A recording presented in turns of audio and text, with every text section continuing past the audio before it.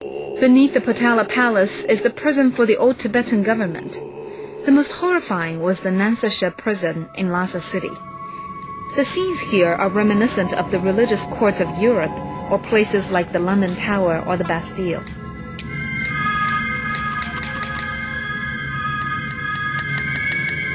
This is a wooden log for 4 prisoners' feet. They could only lie on the wet ground.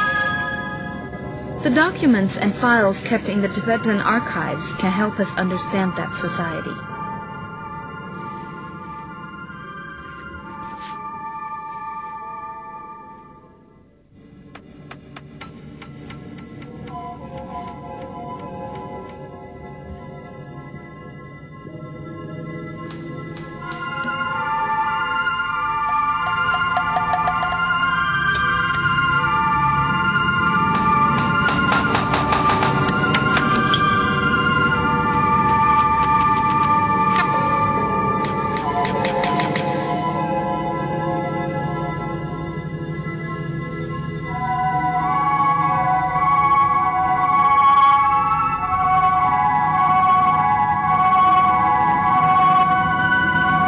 Punishments in old Tibet were cruel.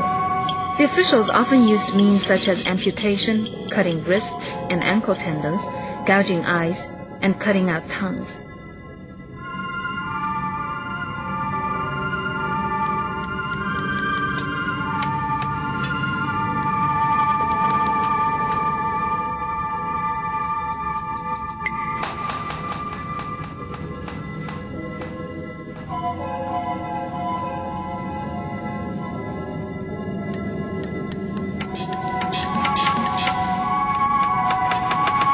The Tibetan prisons did not provide food.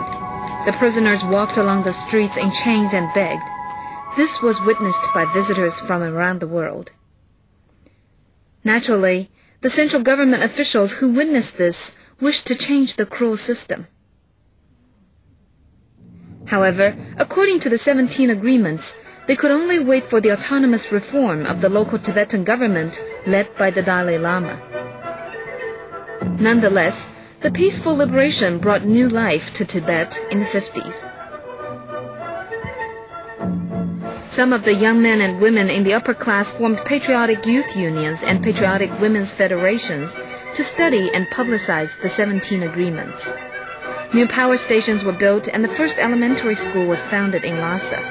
The country opened new stores and the prices for Tibetan necessities such as salt, tea, cotton, and silk were lowered across the board. To relieve the Tibetan people of their burden and also to improve production techniques in Tibet, the PLA developed wasteland into model farms. These farms absorbed the poor tramps and paupers and taught them new labor techniques.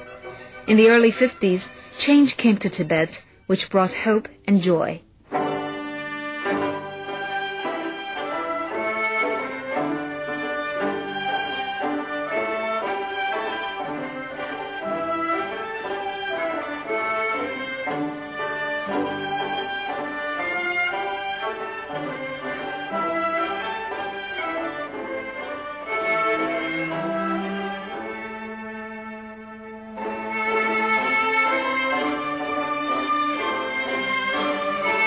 The climax of this joy was when the Dalai Lama and Panchen Lama went to Beijing for the first